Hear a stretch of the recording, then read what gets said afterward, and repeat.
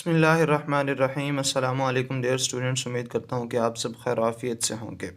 आज से हम स्टार्ट करने जा रहे हैं class 9th physics chapter number 2 के न्यूमेरिकल्स। तो आइए स्टार्ट करते हैं, टाइम ज़्यादा ज़ाया नहीं करेंगे, हम डायरेक्ट जो है वो चलते हैं चैप्टर नंबर 2 के फर्स्ट न्यूमेरिकल की स्टेटमेंट की तरफ। स्टेटमेंट रीड करते हैं, फिर उसके बाद जो है वो हम डाटा लिखेंगे और उसके बाद जो है वो हम इस न्यूमेरिकल को सॉल्व करेंगे। ठीक है जी। तो ज़रा आप एक बात और याद रखिएगा, मैंने आपको जो है ना इससे पहले एक वीडियो मैंने अपलोड की है जिसके अंदर मैंने आपको ये बताया कि आपने न्यूमेरिकल्स को अटेम्प्ट कैसे करना है, how to attempt numerical problems, क्योंकि उसके अंदर मैंने कुछ स्टेप्स आपको सिखाए हैं जिनको आपने लाजमी तौर पर जो है वो मद्देनज़र रखना है और किस तरह से जो है वो आपके बोर्ड के मार्क्स दिए जाते हैं। अगर आप किस तरह से जो है वो अपना न्यूमेरिकल जो है वो उसको अटेम्प्ट करेंगे तो आपके पूरे मार्क्स जो है वो आ सकते हैं। ये आप उस वीडियो के अंदर जो है वो सीखेंगे। ठीक है जी। तो अब हम स्टार्ट करते हैं। सबसे पहले न्यूमेरिकल की स्टेटमेंट को डिस्कस करते हैं जी। स्टेटमेंट ये है, अच्छा एक बात आप लोगों ने याद रखनी है बच्चे, जब भी न्यूमेरिकल सॉल्व करना है तो आपने स्टेटमेंट को बहुत ज़्यादा गौर से जो है वो समझना है। ठीक है, क्योंकि मैंने अक्सर ऑब्ज़र्व किया है, गुज़श्ता 8 सालों से मैं पढ़ा रहा हूँ, तो मैंने ऑब्ज़र्व किया है कि बच्चे जो है ना न्यूमेरिकल्स को बहुत ज़्यादा जो है वो टफ़ समझते हैं कि पता नहीं कितने मुश्किल है। कुछ भी मुश्किल नहीं है, बहुत आसान है। सिर्फ आपने इसकी स्टेटमेंट को जो है वो गौर से समझना है। आपने सिर्फ ये चीज़ देखनी है कि इसने हमें दिया क्या है और हमसे डिमांड क्या की है। अगर ये दो बातें आपको समझ आ गई हैं तो आपका पूरा न्यूमेरिकल ऑलमोस्ट जो है वो सॉल्व हो जाएगा। ठीक है जी। तो स्टार्ट करते हैं जी। A train moves with a uniform velocity of 36 kilometre per hour. अब हमारे पास जो है वो एक चीज़ इसने बता दी है कि क्या चीज़ है ये, यूनिफॉर्म वेलोसिटी। यूनिफॉर्म वेलोसिटी का मतलब ये है कि ये वेलोसिटी चेंज नहीं हो रही, एक फिक्स्ड वेलोसिटी के साथ जो है वो एक ट्रेन मूव कर रही है फॉर 10 सेकेंड्स, 10 सेकेंड्स तक जो है ये मूव करती रहती है। Find the distance travelled by it. तो इस ट्रेन ने कितना डिस्टेंस कवर किया होगा ये आपने बताना है। Distance travelled by the train, ये आपने जो है वो बताना है और ये साथ में आंसर दिया होता है। आप चेक कर सकते हैं कि आपने जो न्यूमेरिकल सॉल्व किया ये आंसर सही आया है या नहीं आया। तो इसका जो जवाब है वो है 100 मीटर्स। अब हम इसको कैलकुलेट करेंगे। तो आइए चलते हैं डाटा की तरफ। तो हमारे पास डाटा जो है वो क्या गिवन है, देखें जी। पहली चीज़ जो हमें दी थी वो था जी स्पीड दी थी, uniform speed which is equal to 36 kilometre per hour. लेकिन हमने ये पढ़ा हुआ है कि जो स्पीड का यूनिट होता है वो किलोमीटर पर आवर नहीं बल्कि मीटर पर सेकंड होता है, तो लिहाजा इसको मीटर पर सेकंड में चेंज करेंगे। ये किलोमीटर पर आवर था, ये बटे के ऊपर था तो नेगेटिव थी, इसकी पावर बटे के नीचे चला गया और तो ये इसकी पावर पॉजिटिव हो जाएगी जो कि 1 ही है, हम लिखते नहीं है। अब इसको किस तरह से कन्वर्ट करना है आप देखिएगा ज़रा। 36 आप एज इट लिख लेंगे, मल्टीप्लाई बाय किलो दिया हुआ है। तो आपने चैप्टर नंबर 1 के अंदर प्रीफिक्सेस पढ़े हैं। किलो बेसिकली होता है 1000, ठीक है जी, डिवाइडेड बाय पर आवर। तो चूंकि हमने आवर को सेकंड्स में चेंज करना है तो आप ये देखें कि एक आवर में कितने सेकंड्स होते हैं, तो वो होते हैं जी 3600 सेकंड्स। ये कैसे आए, एक मिनट के अंदर जो है वो कितने सेकंड्स होते हैं 60 और एक घंटे के अंदर कितने मिनट होते हैं 60। तो 60 को 60 के साथ मल्टीप्लाई करेंगे तो हमारे पास 3600 सेकंड जो है वो आ जाएगा। अच्छा, अब इसके बाद इस एक ज़ीरो को इस एक ज़ीरो के साथ कैंसिल कर दें, इस ज़ीरो को इस ज़ीरो के साथ कैंसिल कर दें, यहाँ पे क्या बच गया 36। तो ये 36 के साथ कैंसिल आउट हो जाएगा। तो यहाँ पे जो हमारे पास स्पीड आई है v which is equal to 10 metres per second. तो लिहाजा अब हमने उसको मीटर्स पर सेकंड में कन्वर्ट कर लिया। टाइम जो है वो हमारे पास 10 सेकंड्स ही दिया हुआ था। अब हमने जो चीज़ मालूम करनी है वो है distance travel by the train. ठीक है, ट्रेन ने कितना डिस्टेंस कवर किया था। तो यहाँ पे अब फॉर्मूला पुट करेंगे। देखें हमारे पास दो चीज़ें जो है वो गिवन है, एक हमें टाइम गिवन है और एक हमारे पास स्पीड गिवन है। तो आपने ये फार्मूला ऑलरेडी जो है वो पढ़ा हुआ है कि स्पीड जो है वो बेसिकली किसके इक्वल होती है, क्योंकि स्पीड जो है वो हमें दी हुई है। यहाँ पे जो है वो यूनिफॉर्म स्पीड उसने कहा था या यूनिफॉर्म वेलोसिटी, एक ही बात है। ठीक है, डिस्टेंस डिवाइडेड बाय टाइम। ठीक है, तो अब अगर हमारे पास जो है वो स्पीड का फार्मूला देखना चाहें, we know that speed is equal to distance divided by time. चूँकि हमारे पास जो है वो डिस्टेंस भी मौजूद है, सॉरी डिस्टेंस हमने कैलकुलेट करना है, टाइम और स्पीड जो है वो मौजूद है। तो लिहाजा अब यहाँ से जो फार्मूला बनेगा s which is equal to t, यहाँ पे डिवाइड हो रहा है, इसके साथ जो है वो आके मल्टीप्लाई हो जाएगा v मल्टीप्लाई बाय t। ठीक है, तो अब इसको सॉल्व कर लेंगे। So distance is equal to v हमारे पास कितनी आई हुई है 10 मल्टीप्लाई बाय टाइम हमारे पास कितना था वो भी 10। यूनिट्स यहाँ पे हम नहीं लिखेंगे, हम जस्ट वैल्यूज़ लिखेंगे। तो लिहाजा यहाँ पे हमारे पास डिस्टेंस की जो वैल्यू आ गई है 10 मल्टीप्लाई बाय 10 100। ठीक है, सो इस चूँकि डिस्टेंस का यूनिट मीटर होता है लिहाजा 100 मीटर्स जो है वो हमारे पास इसकी वैल्यू आ चुकी है। तो ये था आपका फर्स्ट न्यूमेरिकल जो कि बहुत ज़्यादा आसान है। ठीक है, अब हम डिस्कस करेंगे सेकंड न्यूमेरिकल को। जी, अब हमारे पास जो है वो सेकंड न्यूमेरिकल मौजूद है। इसकी जो स्टेटमेंट है उसको रीड आउट करते हैं। अ ट्रेन स्टार्ट्स फ्रॉम रेस्ट। ठीक है, कि एक ट्रेन जो है वो रेस्ट से चलना स्टार्ट करती है। इट मूव्स थ्रू 1 किलोमीटर, यानी कि इसने डिस्टेंस कितना कवर कर लिया, 1 किलोमीटर डिस्टेंस जो है वो कवर किया इन 100 सेकेंड्स, 100 सेकेंड्स के अंदर, विद यूनिफॉर्म एक्सेलरेशन। तो इसका एक्सेलरेशन जो है वो यूनिफॉर्म है। आपने जो चीज़ कैलकुलेट करनी है, what will be its speed, इसकी जो है वो स्पीड क्या होगी at the end of 100 seconds. ठीक है, तो यानी कि 100 सेकेंड्स पर जो है वो 100 सेकेंड्स गुजरने के बाद जो है वो इसकी स्पीड कितनी होगी। ठीक है, सो दोबारा से इसकी स्टेटमेंट को ज़रा समझ लें कि एक ट्रेन जो है वो रेस्ट से चलना स्टार्ट करती है और वो 1 किलोमीटर डिस्टेंस जो है वो कवर करती है 100 सेकंड्स के अंदर। ठीक है, आप ये बताएं कि इसका एक्सेलरेशन जो है विद यूनिफॉर्म एक्सेलरेशन, ये तो उसने बता दिया।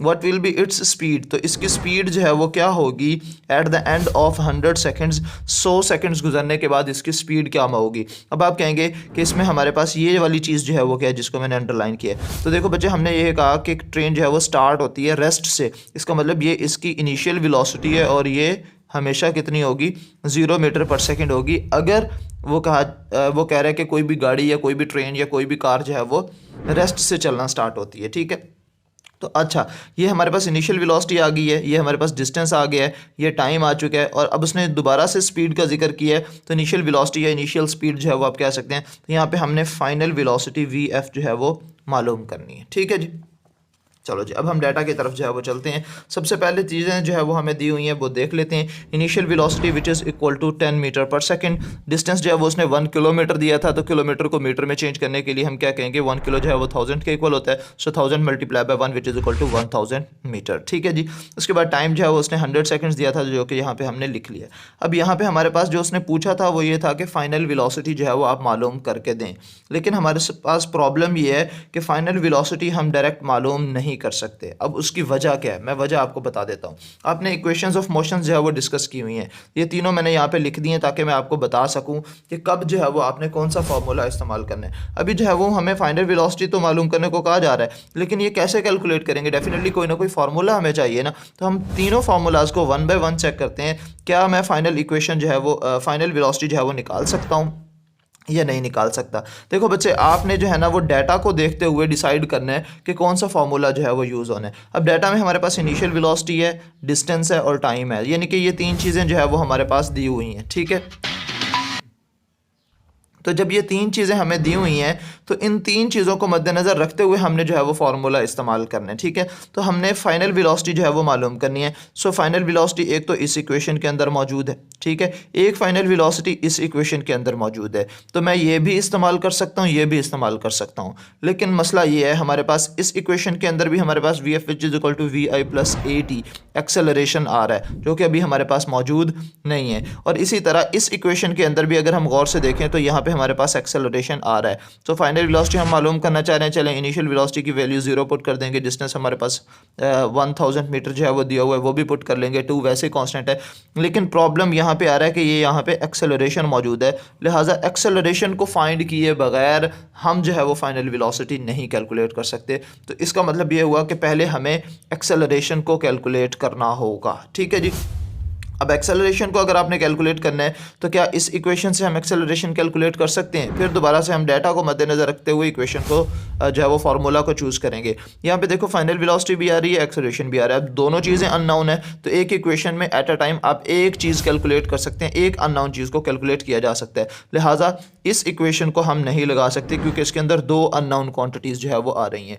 तो क्या इस इक्वेशन को हम लगा सकते हैं, S is equal to VIT plus half AT square? हाँ, इस इक्वेशन को हम लगा सकते हैं क्योंकि एक्सेलरेशन जो है वो हमने कैलकुलेट करना है, डिस्टेंस जो है वो हमें गिवन है, इनिशियल वेलोसिटी भी गिवन है, टाइम भी हमें गिवन है, लिहाजा इसी इक्वेशन का हम इस्तेमाल जो है वो कर सकते हैं। तो फिर सवाल पैदा होता है क्या हम इस इक्वेशन को लगा सकते हैं? नहीं, इसको भी नहीं लगा सकते क्योंकि इसके अंदर एक्सेलरेशन भी नहीं है हमारे पास और फाइनल वेलोसिटी भी नहीं है, लिहाजा ये भी नहीं है, ये भी नहीं है, तो पूरी इक्वेशन को हम नहीं इस्तेमाल कर सकते। तो रह गई हमारे पास ये वाली इक्वेशन, तो हम इसी का इस्तेमाल करेंगे। तो पहले हमें एक्सेलरेशन को कैलकुलेट करना पड़ेगा, इसलिए मैंने जो है वो यहाँ पे ए और बी करके इसको लिख दिए। तो पहले जो है वो हम एक्सेलरेशन को सॉल्व करेंगे, ठीक है। अच्छा, आप ना एक काम करें कि आप इसको ए का नाम दे लें, ये हमारे पास ए है, ठीक है, इसको आप बी कह लें, ठीक है।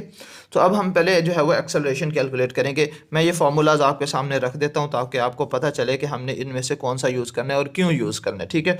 सो फार्मूला जो है वो मैं लिखता हूँ, क्योंकि S is equal to we I T plus half A T square, यही हमारे पास जो है वो फार्मूला जो हम यूज़ करेंगे। So S is equal to we I T plus 1/2 A T square, ठीक है। तो अच्छा, अब उसके बाद जो है ना एक काम ये है कि मेरी जो है वो स्ट्रेटजी ये होती है कि हम फार्मूला को डायरेक्ट सॉल्व ना करें, बल्कि इसको हम सिंप्लीफाई पहले कर लें, ताकि मतलब कि इसके अंदर डायरेक्ट वैल्यूज़ ना पुट करें, पहले हम वो चीज़ सिंप्लीफाई कर लें जो चीज़ हमने कैलकुलेट करनी है। तो एक्सेलरेशन यहाँ पे जो है वो हमारे पास है, इसी को हमने फाइंड आउट करना है। तो बाकी जितनी वैल्यूज़ हैं उन सबको अगर मैं दूसरी तरफ भेज दूँ, सिंप्लीफाई कर लूँ, तो हमारे लिए क्वेश्चन जो है वो थोड़ा आसान हो जाएगा, ठीक है जी। तो अब यहाँ पे जो है वो, या डायरेक्ट वैल्यूज़ पुट करना चाहें तो वो भी पुट कर सकते हैं, तो जैसे आपको जो है वो आसान लगे कर देते हैं। चले मैं फ़िलहाल डायरेक्ट वैल्यूज़ ही पुट कर देता हूँ। तो हमारे पास डिस्टेंस कितना दिया हुआ था, हमारे पास 1 किलोमीटर, तो लिहाजा यहाँ पे 1000 मीटर आ जाएगा। वी आई की वैल्यू हमारे पास 0 थी, मल्टीप्लाई बाय टाइम जो है वो था 100 सेकेंड्स, प्लस 1/2 एज इट, ए एज इट, और टी स्क्वायर यानी कि जो हमारे पास टाइम था 100 उसका स्क्वायर, ठीक है जी। ये हमारे पास 100 का स्क्वायर आ गया। अब उसके बाद हमने इसके अंदर मज़ीद सिंप्लीफिकेशंस करनी है।